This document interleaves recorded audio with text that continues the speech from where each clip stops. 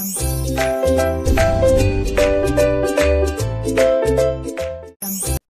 morning to all of you. Today we will going to understand one of the new chapter, that is acid, base and salt. Okay.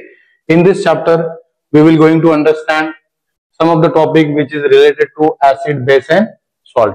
Okay. तो बगैर किसी देरी के हम इसको शुरू करना चाहेंगे. First of all, in this chapter we will try to understand introduction regarding this chapter. In this introduction, it contains the properties regarding the different kinds of chemical present around us. Mostly acid, base and salt are three important signs of chemical substance present here. Okay. And after that they have different kinds of pH. Okay. They have, and due to that they have also different kinds of properties. That's what we want to understand. And they played one of the crucial roles in our life and industry as well. Okay. So right now we will move toward the upcoming topic of our chapter, that is acid. Okay. So in this topic we want to talk about what is the actual meaning of acid. Okay. First of all, we will go through the definition. Definition is talking about acid are those chemical substance which provide H positive ion after dissolving in water. Okay. Acid मतलब ऐसा substance जो water में dissolve होने के बाद कैसा ion produce करता है, H पॉजिटिव आयन, उसको हम कहते हैं एसिड. ये हो गई proper definition of acid. But sometime in our understanding acid is also those kinds of substance which having the sour taste. Okay. जब ऐसा सब्सटेंस जो नॉर्मली उसके टेस्ट कैसी होती है, सोर होती है. ओके. उसको भी हम एसिड कहते हैं. दूसरा यहाँ पर अंडरस्टैंडिंग ये है कि एसिड मतलब ऐसा केमिकल सब्सटेंस जो हमारा ब्लू लिटमस जो है उसको रेड करता है, उसको भी हम क्या कहते हैं, एसिड कहते हैं. प्रॉपर डेफिनेशन जो है हमारी वो है कि सब्सटेंस ऐसा सब्सटेंस जो वाटर में डिसॉल्व होने के बाद हमको क्या देता है, H पॉजिटिव आयन. ऐसा सब्सटेंस जिसको हमने वाटर में अगर डिसॉल्व किया तो वो हमको क्या देता है, H पॉजिटिव आयन. ऐसे सब्सटेंस को हम कहते हैं एसिड. अब इसमें भी क्या है, some of the acid it may be strong और some of them are very weak. So strong acid का एग्जांपल यहाँ पर है हाइड्रोक्लोरिक एसिड जो हमारे स्टमक में फाइंड आउट होता है. After that sulphuric acid. ये दोनों क्या है, स्ट्रॉन्ग एसिड है. और वीक एसिड का एग्जांपल यहाँ पर आपको दिया है एसिटिक एसिड. ओके. सो एसिड मतलब ऐसा केमिकल सब्सटेंस जो वाटर में डिसॉल्व होने के बाद H पॉजिटिव आयन देता है, उसको हम कहते हैं acid. Okay. So now we will move toward the another topic which is base. Base मतलब ऐसा केमिकल सब्सटेंस, बेस मतलब ऐसा केमिकल सब्सटेंस जो वाटर में डिसॉल्व होने के बाद हमें OH नेगेटिव आयन देता है, उसको हम कहते हैं base. Okay. So first of all we will go through the definition, whatever the definition is given here. Base are those kinds of chemical substance which provide OH negative ion. Which ion? OH negative ion after dissolving in water. It's called as base. Okay. So as we already know that के acid having the sour taste, similarly base having the bitter taste. Okay. base की जो test होती है वो कैसी होती है, कड़ू होती है. और नॉर्मली उसका जो टच होता है कैसा, सोपी, मतलब हमारी जो सोप होती है साबुन के जैसा, उसका क्या होता है, टच होता है. After that if we show the reaction with the litmus, it will turn red litmus to the blue. Okay. ये क्या करता है, जो हमारा रेड लिटमस है उसको किसमें कन्वर्ट करता है, ब्लू में. ओके. तो ये है नॉर्मल कुछ प्रॉपर्टी हमारे बेस की. डेफिनेशन तो आपको ऑलरेडी पता है. बेस मतलब ऐसा केमिकल सब्सटेंस जिसको अगर हमने वाटर में डिसॉल्व किया एक्वियस सॉल्यूशन में तो वो हमको कौन सा आयन देता है, OH नेगेटिव, उसको हम कहते हैं बेस. जिस तरह से आपने पढ़ा कि एसिड क्या होते हैं, सम ऑफ द एसिड स्ट्रॉन्ग होते हैं और some of the acid weak होते हैं, उसी तरह से बेस भी क्या होते हैं, कुछ स्ट्रॉन्ग होते हैं. तो स्ट्रॉन्ग बेस की यहाँ पर आपको दो एग्जाम्पल दिए है. पहला जो हमारा है सोडियम हाइड्रोक्साइड और दूसरा जो हमारा है पोटेशियम हाइड्रोक्साइड. ये दोनों भी जो एग्जांपल है ये क्या है, हमारे स्ट्रॉन्ग बेस के हैं. और वीक बेस का एग्जांपल यहाँ पर आपको दिया है, दैट इज अमोनियम हाइड्रोक्साइड. ठीक है. तो ये थी हमारी कुछ प्रॉपर्टी बेस की. फिर से एक बार हम पढ़ना चाहेंगे. बेस मतलब ऐसा केमिकल सब्सटेंस जिसको वाटर में डिसॉल्व होने के बाद वो हमें क्या देता है, OH नेगेटिव आयन, और उसी को हम क्या कहते हैं, बेस. और नॉर्मली बेस का जो टेस्ट होता है वो कैसा होता है, बीटर, मतलब कड़ू होता है। ओके, टच जो होता है उसका साबन के जैसा होता है, सोप के जैसा, और उसका काम क्या होता है, दैट लिटमस को, वो रेड लिटमस को किस में कन्वर्ट करता है, ब्लू में, और उसी को हम कहते हैं base. Okay, now we will move toward the upcoming topic of chapter, that is indicator. Okay, जैसे कि आपको पता है हर एक एसिड की और बेस की हम टेस्ट नहीं ले सकते ना, ले सकते हैं क्या, नहीं ले सकते। तो उन्हीं को आइडेंटिफाई करने के लिए, क्या, किसको आइडेंटिफाई करने के लिए, अगर एक सब्सटेंस एसिड है या नहीं है, whether the substance is acid और base, to identify them we utilize the specific kinds of chemical substance is called as indicator. What is the definition of indicator? Indicator are those kinds of chemical substance which identify or distinguish whether substance is acid or base. Indicator मतलब ऐसा chemical substance जो क्या करता है, acid और base को क्या करता है, डिस्टिंग्विश करता है, कौन सा सब्सटेंस एसिड है, कौन सा सब्सटेंस बेस है, इसको जो डिस्टिंग्विश करता है, उस तरह के केमिकल सब्सटेंस को हम कहते हैं इंडिकेटर। ओके, अब वो ये क्या करता है, नॉर्मली एसिड में अलग कलर शो करता है और बेस में अलग कलर शो करता है, दैट्स व्हाई उसको हम कहते हैं इंडिकेटर। ओके, अब नॉर्मली इंडिकेटर अगर आप देखेंगे तो एक बेसिक एग्जांपल हमारा लिटमस का है, जो एसिड में कैसा कलर शो करता है, रेड, और बेस में कैसा कलर शो करता है, ब्लू। ओके, इस तरह से हमारा रेड लिटमस की बात कर रहे हैं यहां पर। ठीक है, अब लिटमस आपके जो, सॉरी, आपके जो इंडिकेटर है, इंडिकेटर के भी क्या है, अलग अलग टाइप है। पहले जो है इंडिकेटर है, कुछ इंडिकेटर कैसे है, नेचुरल इंडिकेटर है, और कुछ कैसे है, सिंथेटिक इंडिकेटर, जो लेबोरेटरी में बनाए जाते हैं उसको हम कहते हैं सिंथेटिक इंडिकेटर। ओके, और जो नॉर्मली नेचर से हमको मिलते हैं उसको हम कहते हैं नेचुरल इंडिकेटर, और उन्हीं के बारे में हमको पढ़ना है अभी। जो एग्जांपल यहाँ पर आपको दिया है मिथिल ऑरेंज, इसका एग्जांपल दिया है मिथिल ऑरेंज का, और इसका कलर एसिड में कैसा होता है, रेड। ओके, और बेस में इसका कलर कैसा होता है, येलो।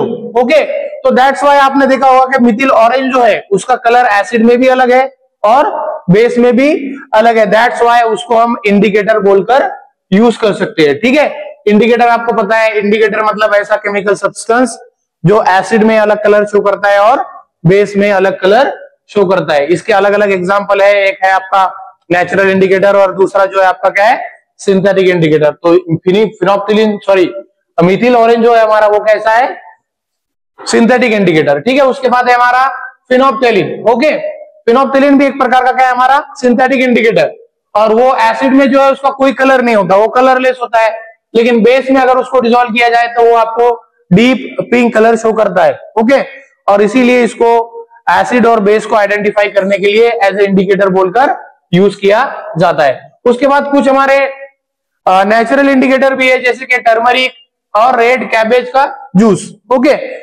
तो इस तरह से हमको ये टॉपिक पढ़ना था, जिस टॉपिक का नाम क्या था, इंडिकेटर। इंडिकेटर मतलब ऐसे केमिकल सब्सटेंस जो एसिड और बेस में अलग अलग कलर शो कर उन सब्सटेंस को एसिड है या बेस है ये आइडेंटिफाई करवाते हैं, उस तरह के सब्सटेंस को हम कहते हैं इंडिकेटर। उसके बाद हमारा दूसरा टॉपिक, आगे का टॉपिक जो है that is pH scale. Okay, pH scale is only talking about the range of hydrogen ion, किसी भी केमिकल सब्सटेंस में कितनी मात्रा में हाइड्रोजन आयन है उसको हम कहते हैं पीएच स्केल। तो पीएच स्केल जो नॉर्मली है वो कहां से कहां एक्सटेंड होती है, it is extending from 0 to 14, एक प्रकार की रेंज है। ओके, इस तरह से रेंज होगी, यहाँ पर आपका 7 होगा, यहाँ 0 होगा और यहाँ होगा 14। तो इस तरह के रेंज को हम कहा जाता है pH scale. Okay, which is talking about the concentration of hydrogen ion, और उसी को हम कहते हैं पीएच स्केल। ओके, अगर इस पीएच स्केल पे अगर किसी केमिकल सब्सटेंस का पीएच 7 है तो हम उस सब्सटेंस को कहते हैं वो न्यूट्रल है, मतलब वो एसिड भी नहीं है और बेस भी नहीं है। उसके बाद एसिड मतलब ऐसे सब्सटेंस को हम कहते हैं जिसका पीएच जो है वो 7 से क्या है, कम है, उसी सब्सटेंस को हम कहते हैं एसिडिक। अगर पीएच स्केल पे किसी सब्सटेंस का पीएच 7 से ज्यादा है तो उसको हम क्या कहते हैं, बेसिक। ओके, तो इस तरह से पीएच स्केल का हम क्या कर सकते हैं, यूज कर सकते हैं एसिडिटी और बेसिसिटी डिफाइन करने के लिए किसी भी केमिकल सब्सटेंस की। जैसा कि आपको एग्जांपल दिया गया, लेमन जूस का जो पीएच होता है वो कितना होता है, 2 होता है। कितना होता है? 2 होता है। मिल्क का कितना होता है? 6 होता है। और हमारा जो वाटर है उसका कितना होता है? 7। और सोप का कितना होता है? 9। तो ये पीएच के वैल्यू की हेल्प से आप क्या कर सकते हैं? इन सब्सटेंस को आइडेंटिफाई कर सकते हैं कि ये एसिड है या बेस है। जैसे लेमन जूस का कितना है? 2 है, तो ये क्या होगा आपका? एसिड। ओके। मिल्क का कितना है? 6 है, तो ये भी क्या होगा आपका? Weak acid. ओके, क्लियर है। उसके बाद वाटर का 7 है, तो ये क्या होगा? न्यूट्रल। और उसके बाद सोप जो है हमारा उसका कितना है? 9, तो ये क्या होगा आपका? क्या होगा? It is basic. ओके। तो नेक्स्ट टॉपिक पे हम बढ़ेंगे अभी। हाँ, उसके बाद हमारा इंपॉर्टेंट टॉपिक है that is called as neutralisation reaction. Okay, neutralisation reaction. Neutralisation reaction मतलब क्या? जब एक एसिड किसी बेस के साथ अगर रिएक्ट होता है तो हमको क्या मिलता है? सॉल्ट और वाटर। और उसी केमिकल रिएक्शन को हम कहते हैं neutralization reaction. Let me go through the definition. The reaction in which acid react with base and we will get salt and water. क्या मिलता है हमको? Salt and water. उसी केमिकल रिएक्शन को हम कहते हैं न्यूट्रलाइजेशन रिएक्शन। इसमें क्या होता है? एसिड की जो प्रॉपर्टी है वो क्या होती है? न्यूट्रलाइज होती है। बेस की भी जो प्रॉपर्टी है क्या होती है? न्यूट्रलाइज होती है। दैट्स व्हाई इसको हम कहते हैं न्यूट्रलाइजेशन रिएक्शन। न्यूट्रलाइजेशन रिएक्शन जो हमारे लाइफ में बहुत इंपॉर्टेंट रोल प्ले करती है, आपको पता होगा। अगर हमको एसिडिटी हो गई तो क्या करते हैं? हम एक बेस लेते हैं और बेस से हम क्या करते हैं? हमारे स्टमक के अंदर का जो पीएच है उसको क्या करते हैं? एसिडिटी को न्यूट्रलाइज करते हैं। ओके, तो उसको हम आगे पढ़ेंगे। पहले हम पढ़ लेंगे कि न्यूट्रलाइजेशन रिएक्शन होती क्या है। एक एसिड बेस के साथ अगर रिएक्ट हुआ तो हमको मिलता है साल्ट और वाटर। ओके, और नॉर्मली जो रिएक्शन कैसी होती है? एक्सोथर्मिक, मतलब उसमें से हीट निकलती है। ठीक है, एग्जांपल के तौर पे आपको क्या दिया है? HCl react with NaOH। Okay, and we will get NaCl plus water. Okay, अब आप देख रहे होंगे कि ये एसिड है और ये बेस है, दोनों एक साथ एक दूसरे के साथ क्या हुए? रिएक्ट हुए, और बाद में हमको क्या मिला? NaCl, और ये आपका क्या है? सॉल्ट। ओके, और ये आपका वाटर। ठीक है, तो आपको समझ में आ गया होगा न्यूट्रलाइजेशन मतलब ऐसी रिएक्शन जिसमें एसिड और बेस एक दूसरे के साथ रिएक्ट होकर हमको सॉल्ट और वाटर देते हैं, उसको हम कहते हैं न्यूट्रलाइजेशन रिएक्शन। दूसरा एग्जांपल हम यहां ले सकते हैं, दैट इज H2SO4। ओके, और उसके साथ हमारा KOH, हमको क्या मिलेगा? K2SO4 along with H2O। Okay, आपको पता है ये एसिड है, ये बेस है। ओके, तो जब कभी भी एक एसिड बेस एक दूसरे के साथ रिएक्ट होते हैं तो हमको सॉल्ट और वाटर मिलते हैं। उसी केमिकल रिएक्शन को हम कहते हैं neutralization reaction. Okay, so this is all about the neutralization reaction. अब ये हमारे लाइफ में कैसा इंपॉर्टेंट रोल प्ले करती है? जैसे कि मैंने आपको ऑलरेडी बोला है कि हमको अगर एसिडिटी हो गई तो हम क्या लेते हैं? एंटासिड नाम का एक मेडिसिन लेते हैं या केमिकल लेते हैं, और वो नॉर्मली क्या करता है? हमारे एसिडिटी को, हमारे स्टमक में एसिडिटी जो होती है उसको ट्रीट करने में हेल्प करता है। नॉर्मली हम सॉइल के केस में भी इसको यूज करते हैं, mostly farmer. Okay, so now we will move toward the our next topic, that is reaction of acid and base. In this topic we will talk about different kinds of chemical reaction which is related to the acid and base. First of all, in this topic we will talk about when acid react with metal. Whenever the acid react with metal, it will use salt of that corresponding metal along with the hydrogen gas. Let me explain through the one example. We have zinc react with HCl. Okay, 2 molecule of HCl. After that we will get ZnCl2 along with hydrogen gas. Okay, so I hope everybody will remember that whenever acid react with any metal along with metal, it will produce salt of same metal. ये जैसे यहाँ पर आपको क्या था? Zinc, तो zinc का salt यहाँ पर प्रोड्यूस हुआ, दैट इज जिंक क्लोराइड, और उसके साथ आपको मिला हाइड्रोजन गैस। ओके, तो जब कभी एक एसिड किसी मेटल के साथ रिएक्ट होता है तो हमको क्या मिलता है? उसी मेटल का साल्ट और हाइड्रोजन गैस वहां पर मिलता है। उसमें उस रिएक्शन को हम कहते हैं normally reaction between acid and metal. Okay, हाँ, अब दूसरी रिएक्शन, अगर हमारा बेस अगर किसी नॉन मेटल ऑक्साइड के साथ रिएक्ट हुआ तो हमको भी क्या फिर से क्या मिलता है? Salt and water. अब बेस हम लेंगे यहां पर, जैसा कि यहां पर हमको क्या दिया है? Calcium hydro oxide. ओके, और उसके साथ CO2। अब इसको क्या कहा गया है? Non metal oxide. तो नॉन मेटल ऑक्साइड क्यों बोला है कि जैसे कि आपको पता है कार्बन जो है हमारा क्या है कार्बन एक प्रकार का क्या है, नॉन मेटल है। ओके, और हमको क्या मिला यहाँ पर CaCO3 along with H2O।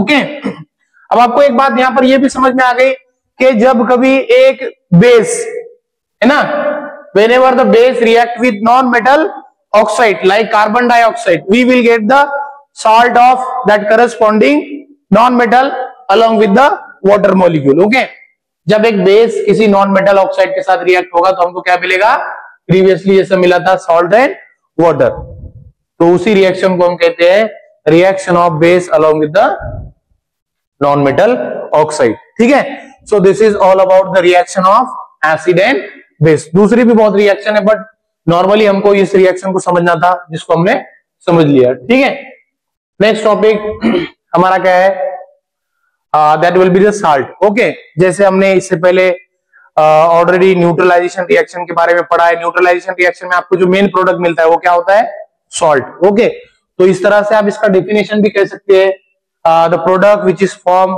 During the course of neutralization reaction it's called as salt. Okay, जो प्रोडक्ट न्यूट्रलाइजेशन रिएक्शन में फॉर्म होता है उसको हम कहते हैं सॉल्ट। ओके, क्या कहते हैं उसको, सॉल्ट। सॉल्ट का डेफिनेशन आपको अगर कैसे बोलना है, the product which is form during the course of neutralization reaction it's called as salt. अब अलग अलग टाइप के सॉल्ट है वो हम इसके बाद पढ़ने वाले हैं। ठीक है, एक एग्जांपल हम ले लेंगे यहाँ पर, फिर से हमारा HCl रिएक्ट विद NaOH और हमको मिला NaCl और H2O। ओके, अब ये जो आपको मिला ये क्या है आपका सॉल्ट, और ये जो रिएक्शन है ये कौन सी रिएक्शन है, न्यूट्रलाइजेशन रिएक्शन। कौन सी रिएक्शन है, न्यूट्रलाइजेशन रिएक्शन। तो सॉल्ट मतलब आप कैसे बोलेंगे फिर, सॉल्ट मतलब ऐसा केमिकल सब्सटेंस जो न्यूट्रलाइजेशन रिएक्शन में क्या होता है, फॉर्म होता है, उसको हम कहते हैं सॉल्ट। ओके, सॉल्ट के बहुत से एग्जांपल है वो हम बाद में पढ़ने वाले। अब सॉल्ट के भी दो अलग अलग टाइप के डिफरेंट टाइप है। कुछ सॉल्ट क्या होते हैं, न्यूट्रल होते हैं, 3 टाइप है। कुछ सॉल्ट क्या होते हैं, न्यूट्रल होते हैं, मतलब उनका पीएच कितना होता है, अराउंड 7। और कुछ सॉल्ट जो होते हैं वो क्या होते हैं, एसिडिक होते हैं। ओके, क्या होते हैं, एसिडिक होते हैं। जैसे कि हम आपको यहां पर दिया है NaHSO4। Okay, sodium hydrogen sulphate. Okay, उसके बाद कुछ सॉल्ट जो होते हैं वो बेसिक होते हैं, मतलब वो बेसिक प्रॉपर्टी शो करते हैं, जिनका पीएच 7 से ज्यादा होता है उसको हम कहते हैं बेसिक साल्ट। एसिडिक साल्ट जिनका पीएच 7 से नीचे होता है उसको हम कहते हैं एसिडिक सॉल्ट, और जिनका पीएच एग्जैक्टली कितना होता है 7, उनको हम कहते हैं neutral salt. Okay, after that we will move toward the next topic, that is importance of the salt and their uses. Okay, कौन से टाइप के सॉल्ट है हमारे पास और उनका यूजेस क्या है। जैसे पहला सॉल्ट है न्यूट्रल सॉल्ट, जैसे मैंने आपको बोला दैट इज NaCl, जो नमक हम खाते हैं, सोडियम क्लोराइड, और उसको फूड सॉल्ट भी हम कहते हैं, अलग अलग तरह की सब्जी बनाने में हम उसका यूज करते हैं, और वो कैसा होता है, न्यूट्रल होता है। उसके बाद ये आपको पता होगा बेकिंग सोडा। ओके, मराठी में इसको क्या कहते हैं, खाण्याचा सोडा, है ना, बोलते क्या नहीं बोलते। ओके, हिंदी में खाता सोडा कहते हैं इसको। ओके, हाँ, तो ये नॉर्मली क्या है, हमारे जो खाने की चीजें है उसको क्रिस्पी बनाने के लिए हम इसको यूज करते हैं। कई बात समझ में, बेकिंग सोडा पता है ना आपको, ब्रेड वगैरह बनाने के लिए, क्लियर है ना। उसका मॉलिक्यूलर फॉर्मूला आपको यहां पर दिया है, दैट इज NaHCO3। उसके बाद है वॉशिंग सोडा। वॉशिंग सोडा मतलब जिसके नाम में आपको यहां पर दिया है, क्या दिया है, वॉशिंग सोडा मतलब क्या, नॉर्मली क्लीनिंग पर्पस के लिए जो केमिकल यूज करते हैं उसको हम कहते हैं वॉशिंग सोडा, जिसका मॉलिक्यूलर फॉर्मूला क्या है, that is Na2CO3 along with 10 molecule of water. मतलब ये वाटर मॉलिक्यूल के साथ होता है ऑलवेज। ओके, उसके बाद है ब्लीचिंग पाउडर। आपने देखा होगा कि पहले ग्राम पंचायत में हमको ये पाउडर मिलता था, काय के लिए मिलता था पता है आपको, पानी को क्लीन करने के लिए, है ना। तो इसमें से क्या होता है, जब पानी के साथ रिएक्ट होता है तो क्लोरीन गैस इसमें से रिलीज होता है, और वो क्लोरीन गैस क्या करता है, पानी में के जो बैक्टीरिया माइक्रोब्स हो गए उनको क्लीन किल करने की प्रॉपर्टी वो शो करता है। दैट्स व्हाई हम उसको ब्लीचिंग पाउडर बोल के यूज करते हैं। उसके बाद है प्लास्टर ऑफ पेरिस। आपने देखा होगा अगर फ्रैक्चर वगैरह हो गया तो डॉक्टर इस केमिकल को यूज करते हैं, फ्रैक्चर को मतलब उसका रीअरेंजमेंट करने के लिए। ठीक है, तो इसका मॉलिक्यूलर फॉर्मूला आपको क्या दिया है, that is CaSO4 along with half molecule of water, और इसका दूसरा नाम क्या है, प्लास्टर ऑफ पेरिस। ओके, तो इतने इंपॉर्टेंट सॉल्ट आपके चैप्टर में दिए, उसको आपको याद रखना है। पहला कौन सा है आपका, sodium chloride, after that baking soda, after that washing soda and then bleaching powder, और उसके बाद है आपका plaster of Paris.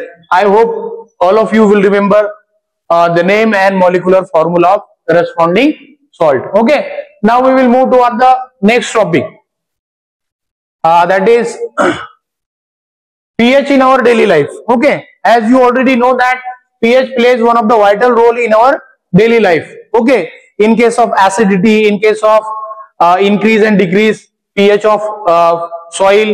Okay, so that's why we will have to understand the importance of the pH in our daily life. Okay, pH normally हमारे body का कितना होना चाहिए, इट शुड बी अराउंड 7.4।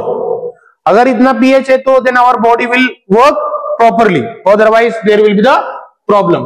जो हमारे दांत है उनका जो पीएच होना चाहिए नॉर्मली वो कितना होना चाहिए, कितना होना चाहिए, मोर देन 5 या मोर देन 6 के होना चाहिए। अगर हमारे दांतों का जो पीएच है वो 5.5 से कम है तो दांत क्या हो गए, सड़ना स्टार्ट हो गए, and that is called eight tooth decay. जब हमारे दांतों का मतलब हमारे ये जो बकल कैविटी है इसका पीएच नॉर्मली अगर कितना हो जाए, 5.5 से अगर कम हो जाए तो हमारे दांत जो है वो सड़ना स्टार्ट हो गए। दैट्स व्हाई हमारे मुंह का जो पीएच है वो अभी बहुत इंपॉर्टेंट रोल प्ले करता है। उसका वो नॉर्मली 6 के से आगे ही होना चाहिए, अगर उससे कम हुआ तो और जो हमारे दांत जो हो गए वो क्या हो गए, डीके करना स्टार्ट हो गए, मतलब वो स्पॉइल हो गए। Okay, after that acid rain आपको पता होगी, जैसे कि आपने देखा होगा कि जो जिस एरिया में ज्यादा फैक्ट्री होती है उस फैक्ट्री में से आपने देखा होगा SO2, NO2, CO2 ऐसे गैस क्या होते हैं, रिलीज होते हैं, और ये गैस क्या होते हैं, ऊपर जाके कंडेंस होते हैं और वाटर के साथ क्या होते हैं, मिक्स होते हैं। और उस टाइम में जो वाटर रेन होता है वो रेन का पीएच क्या होता है, बहुत ज्यादा होता है, एसिडिक होता है, और उसी रेन को हम कहते हैं एसिड रेन। और नॉर्मली उसका जो पीएच होता है वो कितना होता है, 5.6 से कम होता है। तो ऐसा जो पीएच होता है ये नॉर्मली क्या होता है, जो एक्वाटिक एनिमल है हमारे उनको क्या करता है, डिस्ट्रॉय करता है। ऊपर से पानी गिरने के बाद वो एक्वाटिक एनिमल को ही यूज होगा ना। और नॉर्मली जो हमारे मॉन्यूमेंट्स है जैसे कि ताजमहल वगैरह, उससे होगा, उसका जो मार्बल होगा वो भी क्या होगा, घर का जो रूप वगैरह होगा वो भी क्या होगा, उससे डिस्ट्रॉय होगा। अब उसके बाद है पीएच ऑफ सॉइल।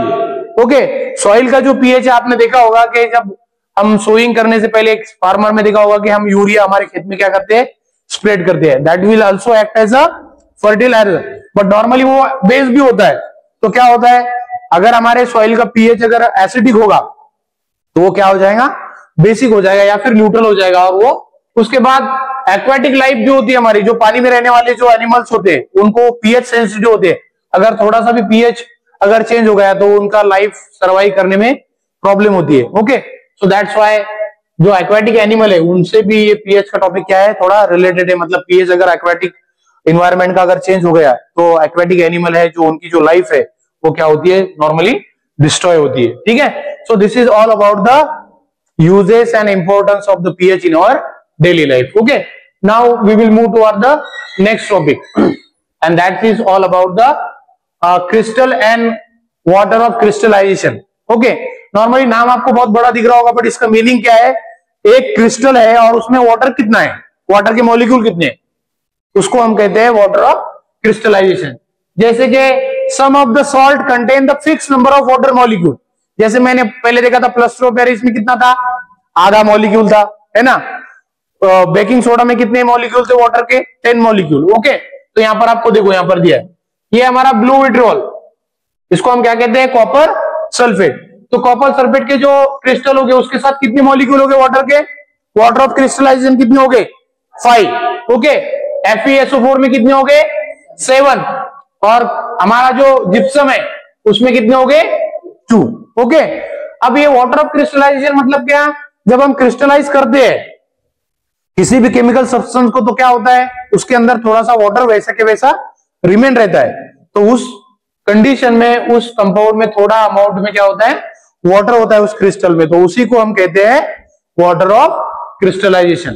तो वाटर ऑफ क्रिस्टलाइजेशन आपको एग्जाम में पूछा जा सकता है कि ब्लू विट्रियोल में कितना है, तो कितना है 5, आफ्टर दैट ग्रीन विट्रियोल में कितना है 7 और जिप्सम में कितना है 2। Okay, so this is all about the water of crystallization. What do you mean by water of crystallization? It is the amount of water molecule present in any crystal after the process of crystallization. ठीक है? So now we will move toward the next topic. I think it is all about summary. Okay? तो इस chapter में हमने क्या पढ़ा वो हमको एक बार देखना है। क्या पढ़ा हमने इस चैप्टर में? एसिड मतलब ऐसे केमिकल सब्सटेंस जो वाटर में डिसॉल्व होने के बाद क्या करते हैं, H पॉजिटिव आयन देते हैं, उसको हम कहते हैं एसिड। बेस मतलब ऐसे केमिकल सब्सटेंस जो वाटर में डिसॉल्व होने के बाद OH नेगेटिव आयन देते हैं, उसको हम कहते हैं बेस।